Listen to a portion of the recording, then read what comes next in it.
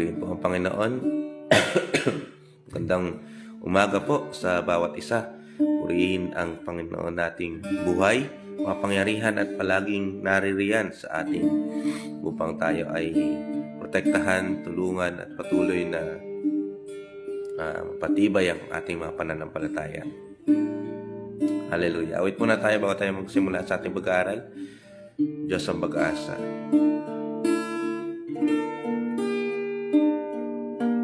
Aming Diyos na dakila't walang katulad, Diyos na walang hanggan. Sa mga panghihina at kapigatian, Diyos ng kaaliwan,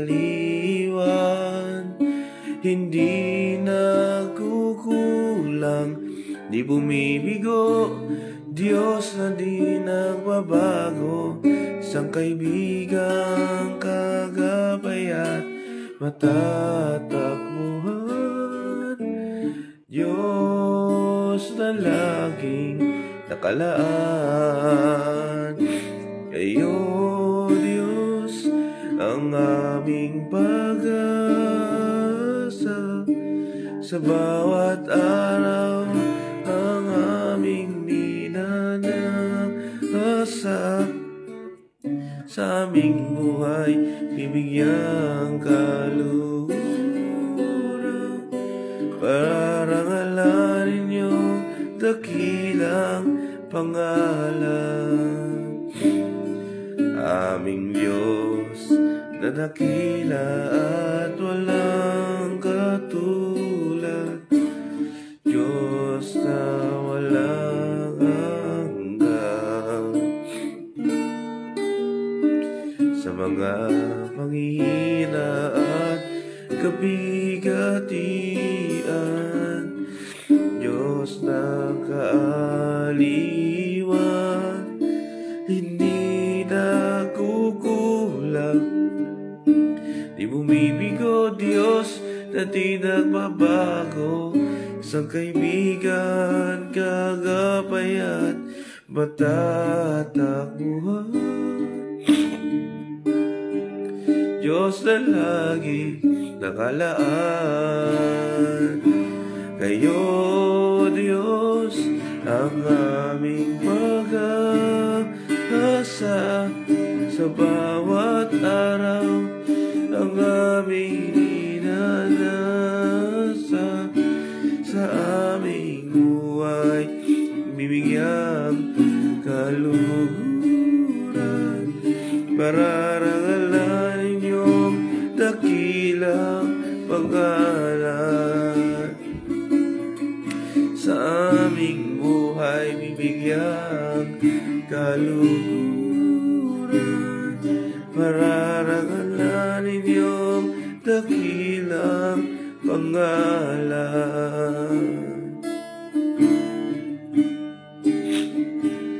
Purihin kayo, Panginoon, sa oras nito, sa aming buong buhay. Kayo lamang, Panginoon, sa lahat ng sitwasyon, sa gitna ng mga panahon na kami, Panginoon, ay walang kakayanan. Kayo'y naririyan, Panginoon, na nagbibigay ng pag-asa na kami, Panginoon, ay sasalbahin ninyo sa lahat ng bagyo, sa lahat ng unos na mararanasan namin sa aming buhay. Patuloy ka, Panginoon, na sa aming panandaliang pag-aaral, maranasan namin ang pagkilos po ninyo sa tulong ng Banal na Espiritu.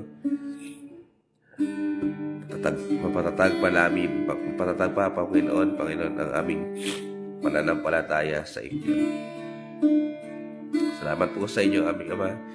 Ikakatiwala namin sa inyo lahat sa pangalan ni Jesus. Amen. Magandang umaga po sa bawat isa. Salamat po sa Panginoon na tayo ay narito ulit para mag-aral ng kanyang mga salita na patibay ang ating pananampalataya. Pagpaumanhin nyo na po yung aking boses dahil inatake po kami ng hindi magandang sakit, no? At patuloy na pero patuloy pa rin na magpapatuloy na gumamit sa pagpagamit sa Panginoon. Medyo hirap lang po magsalita pero tuloy pa rin sa paglilingkod. Salamat sa Panginoon. Itong nakaraang Wednesday ay nakalipad na po kami patungo po dito sa Taiwan. Narito po kami ngayon sa Taiwan. At hindi na po kami tourist, kundi mga residente na po. Kaya salamat sa Panginoon at sa biyaya na pinagkaloob niya po sa amin upang lubusang magamit ng pangmatagalan po dito sa lugar ng Taiwan. At ito po ay isang pribilehiyo para sa amin. Hindi namin ito kinukuha bilang parang pagtaas ng estado ng buhay. Although pakonsuelo na kami ay nasa ibang bansa. Pero ito pa rin ay hakbang tungo sa pagsunod sa kalooban ng Panginoon at panibagong tagpo ng aming paglilingkod para sa Kanya. No, kaya hindi porket kami ay nasa Taiwan na, parang hayahay ng buhay. Hindi. Patuloy pa rin ang pakipagbaka para sa mga kaluluwa. No? Para may maihatid tayo ng mga kaluluwa patungo sa Panginoon. Kaya para po sa lahat ng mga nanalangin, maraming salamat po. Ito po ang pagpunta namin dito, no, ay kaisa po kayo sa tagumpay na ito at sa tugon na ito at sa pagpapala na mararanasan sa lugar na ito. Kaya maraming salamat po. Kapasalamat din po tayo sa Panginoon sa natapos na anniversary kahapon ng DFC Tunan. Sa 3 taong katapatan ng Panginoon, talagang purihin ang Panginoon dahil nakita ng bawat isa ang tagumpay na pinagkaloob ng Diyos para sa lugar na iyon. At naniniwala tayo na patuloy na panglalago ang gawain ng Panginoon, hindi dahil sa galing ng kanyang mga lingkod, kundi dahil lamang din po sa Kanya. Pasalamat din po tayo sa Panginoon dahil sa tagpong ito, alam kong paunti-unti nang lumalabas ang mabigat na bagyo sa Pilipinas at salamat sa Panginoon dahil ang kanyang proteksyon ay naghari sa bawat isa. Kaya salamat po sa Panginoon. Ayon sa balita, itong bagyong ito ay babagsak din po dito sa Taiwan.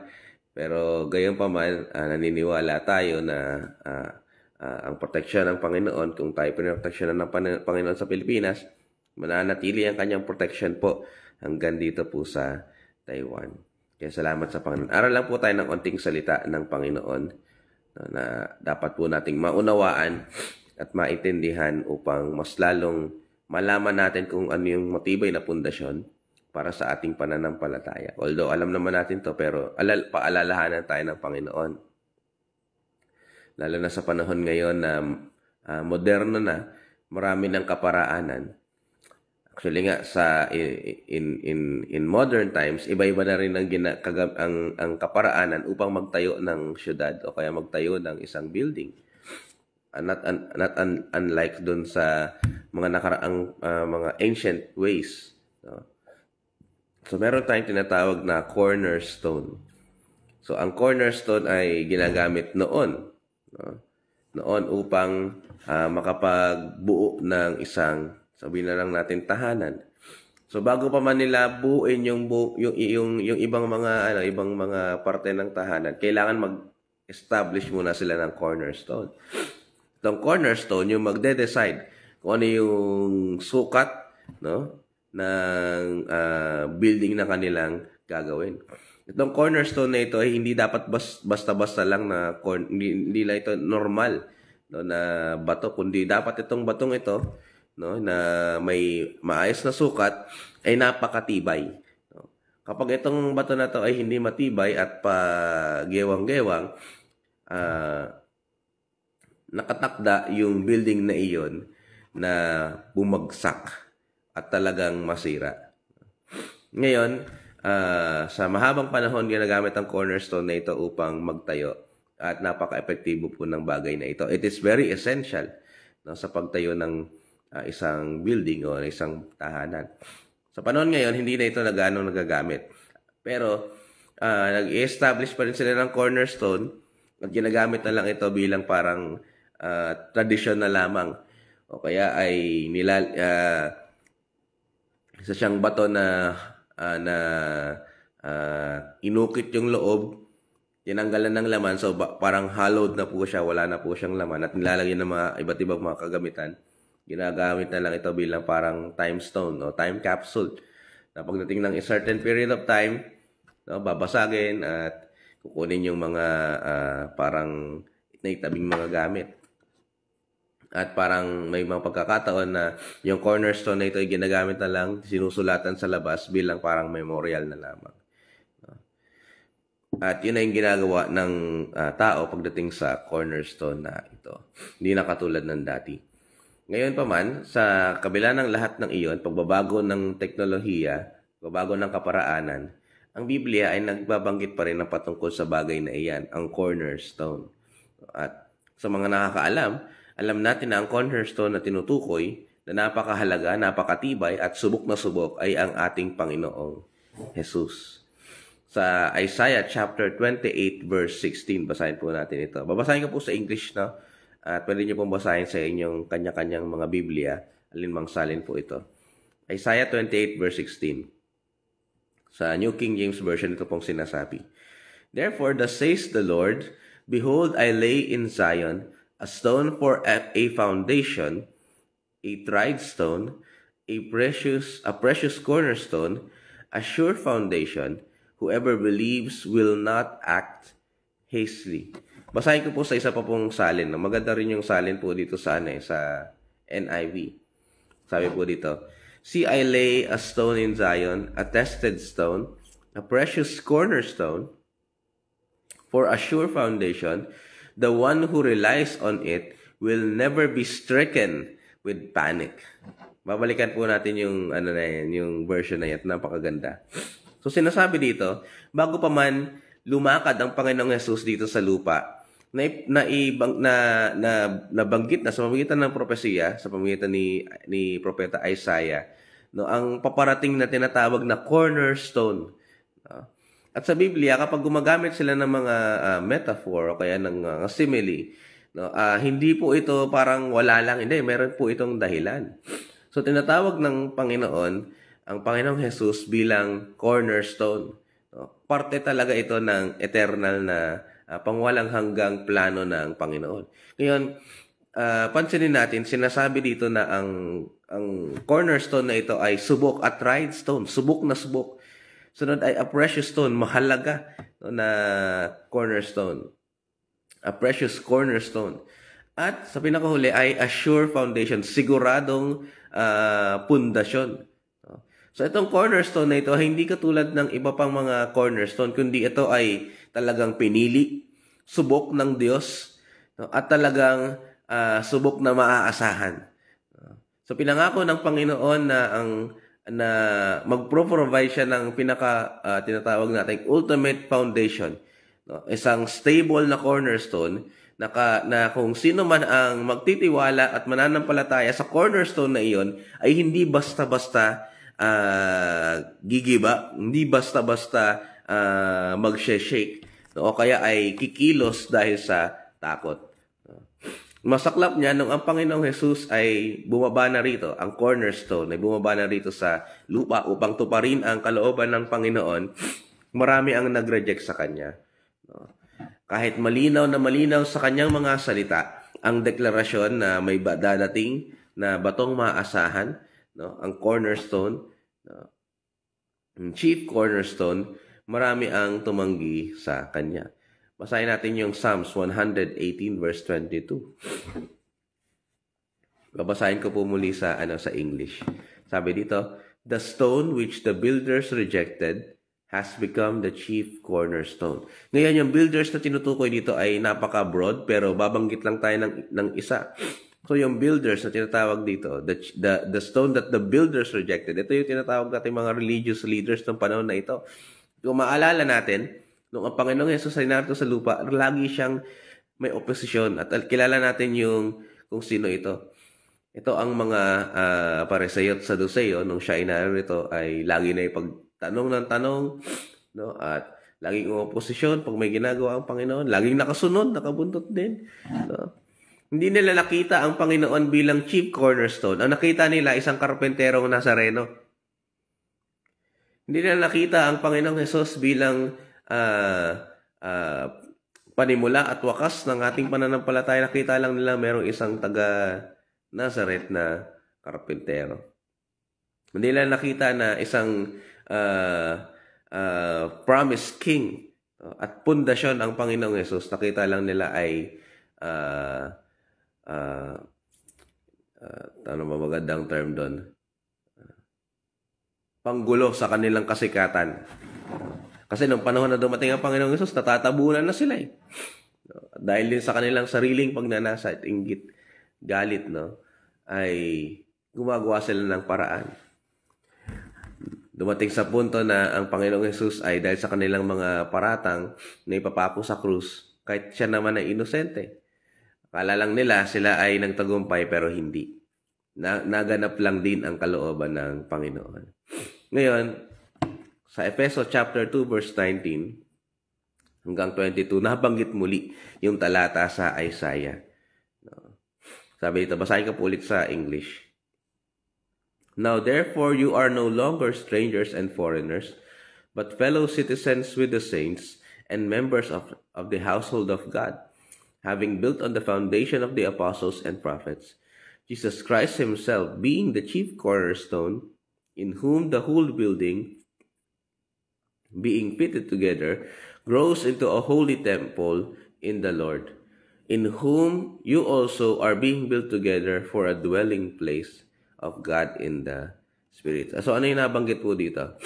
Binabanggit ni Apostol Pablo, no, ang bagay na ito at dinidescribe ang the whole church, no? The whole church itself. Hindi yung physical church, kundi tayong lahat na kasapi sa katawan ni Kristo. Tayong mga mananampalataya at mga kapatid sa Panginoon. Lahat ng mga saints at members ng household ng Panginoong Diyos. And it is being built on the foundation of the apostles and prophets. Ito ang Panginoong Jesus. Ang pundasyon ng mga propeta at ng mga apostol, mga disipulo ng Panginoon ay ang Panginoon din mismo. Sabi dito, ang Panginoong Jesus bilang chief cornerstone, no, ang unti-unting tutulong sa atin para maging ganap na Holy Temple.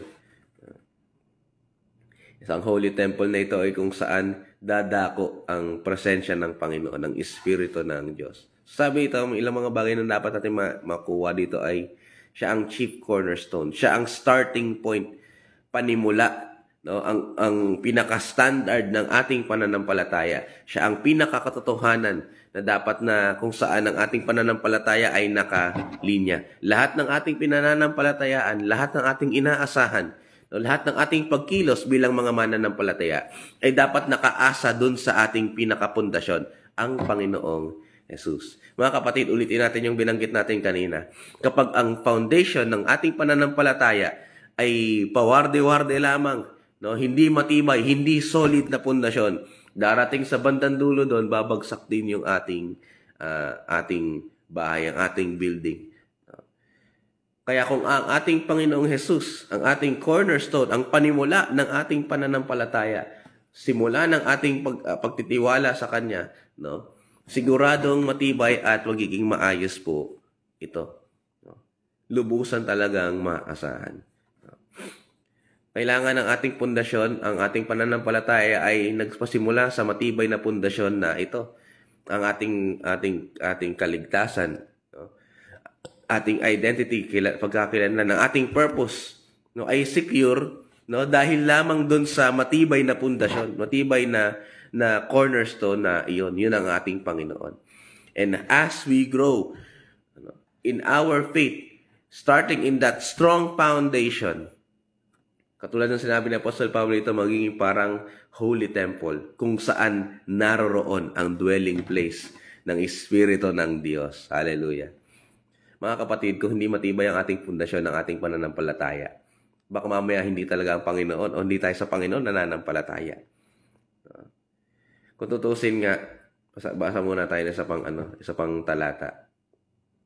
Unang Pedro 2:4-8. Coming to him, Unang Pedro o 1 Peter chapter 2, verse 48. Babasahin ko po ulit sa English bago tayo magpatuloy. Coming to him as a living stone, rejected indeed by men, calling us living stones built upon Christ. The living stone are being built up a spiritual house, a holy priesthood, to offer up spiritual sacrifices acceptable to God through Jesus Christ. Therefore, it is also contained in the scripture, Behold, I lay in Zion a chief cornerstone, elect precious, and he who believes on him will by no means be put to shame. Therefore, to you who believe, he is precious, but to those who are disobedient, the stones which the builders rejected has become the chief cornerstone, a stone of stumbling and a rock of offense. They stumble being disobedient to the word, to which they were also appointed. Kung hindi ang Panginoong Jesus ang pundasyon ng ating pananampalataya, no, siguradong matitisod po tayo. No? We will stumble and fall. Naalala niyo yung sinabi ko po kanina, noon ginagamit ang cornerstone. Talagang napaka-essential po niya sa pagtayo ng isang bahay o kaya ng isang syudad. Hindi po ito tinatalikuran lang. Pero sa pagtagal ng panahon, today in modern times, para na lang siyang nire-ritual, para na lang siyang tradisyon, hindi na siya kinakailangan. Nakapagtayo sila ng building na mataas, no? Maganda, sa kanila'y matibay, no? Nung wala na yung cornerstone. Ngayon pa man, mga kapatid, pagdating ng mga bagyo, ng mga unos, ng mga lindol, nag-aalala silang bumagsak ito. Yung mga building na naitatayo ngayon ay hindi na kasing katulad ng mga building ng panahon noon. Although it is already in ruin, yung mga building noon ay parang parang mga hati-hati na, no, at pigtas-pigtas na. Pero madalas dun sa mga pundasyon nila, nakatayo pa rin hanggang ngayon. Ilan sa mga ancient ruins, ancient buildings noon, hanggang ngayon nakatayo pa din. Yung ibang mga modern times na building ngayon, bagsak. Dumating lang yung unos, itong mga bagong mga tayong building, dumating lang yung lindol, bagsak din. Nakalungkot lamang sa tagpong iyon. Pero yung ibang mga establishments na tinayo noong unang panahon pa hanggang ngayon nakatayo pa. Kasi nga matibay meron pa rin silang cornerstone na matibay.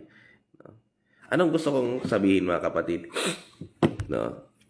Sa panahon ngayon yung pananampalataya ng ilan hindi na napundasyonan, hindi na ang pundasyon ng Panginoong Hesus, hindi na ang simula yung Panginoong Hesus. Bakit? Ang laki lang kasi ng church, ang daming mananampalataya, ang ganda ng pakain dito sa church na ito, ang ganda ng activities, talagang nakakaengganyo. Yung sermon hindi ka aantukin, no? Ang ganda, ang daming mga dito, ang daming mga aktibidades na talagang nakakaaliw, no? Dito na lang ako aanib. Dito na lang ako mananampalataya sa grupong ito. Although hindi ganoon talaga yung sinasabi, pero at the back of our minds, akala nila nananampalataya sila sa Panginoon pero nananampalataya lang sila sa isang church na maganda.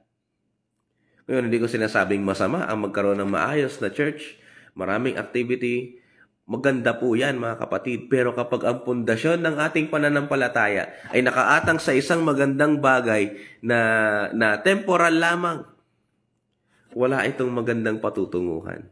If the foundation of our faith is only true by temporal things, not by the eternal worth of Jesus Christ, at the end of our journey, babagsak at babagsak lang din po tayo. Kung ang pundasyon ng ating pananampalataya ay hindi ang walang hanggang Diyos, ang ating Panginoong Hesus, no? At ang pundasyon ay ang mga temporal na bagay lamang, no? Hindi tayo tatagal. Dadating ang unos, darating ang lindol, babagsak po tayo. Naalala ko tuloy yung isang tagpo sa sinasabi ng Panginoong Yesus. Meron isang marunong na tao na nagtayo ng kanyang bahay upon the rock. Nung dumating yung ulan, the rain kanta pa po ito kantang pambata. The rain fall down and the flood went out and went up. Nung umulan raw at bumaha, hindi bumigay yung bahay. Pero nung nagtayo yung isang mangmang na tao sa ibabaw ng buhangin, hindi naman matibay, dumating ang ulan, dumating ang baha, pagsak ang kanyang bahay. Mga kapatid, kaduluduluhan, huwag tayo tumulad sa modernong panahon na ito na kinalimutan na hindi na essential ang paggamit ng cornerstone. Kumbaga parang ginagawa na lang, alaala na lang, no? Parang tradisyon na lang, ritual, hindi. Huwag tayong tumulad sa ganun. Maganda yung modern times na building ngayon. Pero huwag naman natin iayon ang ating pananampalataya sa ganoong kapamaraanan. Ang Panginoon pa rin ang nararapat na maging pundasyon ng ating pananampalataya. Siyang simula at perfecter ng ating pananampalataya. Siya ang nararapat na pundasyon. Hindi sa kaano pa mang pamamaraan, hindi sa pa mang mga bagay dito sa mundo. Hindi sa mga gandang church, mga galing na mga ngaral, hindi. Ang nararapat na pundasyon o simula ng ating pananampalataya ay ang Panginoong Yesus. Ang tried stone, ang subok na bato, no? A precious cornerstone, napakahalagang bato, cornerstone, no? Ano pa yung sabi dun sa Isaiah? Sabi dito, a sure foundation, no? A stone for foundation, siguradong pundasyon, no? A sure foundation. At ang lahat raw ng mga mananampalataya dun sa cornerstone na tinutukoy ng Biblia. Anong sinasabi dito? No? Lahat ng mga magtitiwala at mananampalataya sa precious cornerstone, a tried and tested stone, a sure foundation. Sabi dito sa NIV, will never be stricken with panic. Dumaan man ang bagyo't unos, dumaanan man ang lindol, pwede kang magpagewang-gewang, pero mananatili kang matatag. Dahil sigurado at matatag ang iyong pundasyon at siya ang ating Panginoong Jesus. Hallelujah. Jesus must be the foundation of our faith. Hallelujah. Salamat sa Panginoon. Kaya mga kapatid, kung ang ating pundasyon ay matibay, ano man ang ating pagdaanan, mananatili tayong matibay. May pagkakataon na magyewang tayo. No?